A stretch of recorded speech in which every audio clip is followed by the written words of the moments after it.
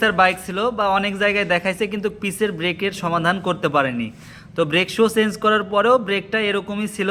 Bucket লাগাইছে, যে hydraulic যে বাকেটটা আছে পিছনের, সে বাকেটটাও লাগাইছে, লাগায়ও হয়নি। তো আমরা পিস্টনটা খুলি, দেখি যে প্রচুরটা জাম ছিল পিস্টন, আর পিস্টনে কি পরিমাণে ময়লা। সেহেতু পিস্টনটা এখন আমরা ওয়াশিং করব।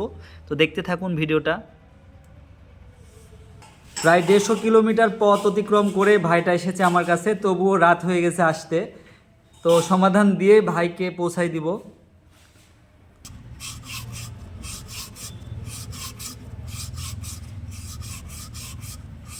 পিস্টনটা দেখেন একটু,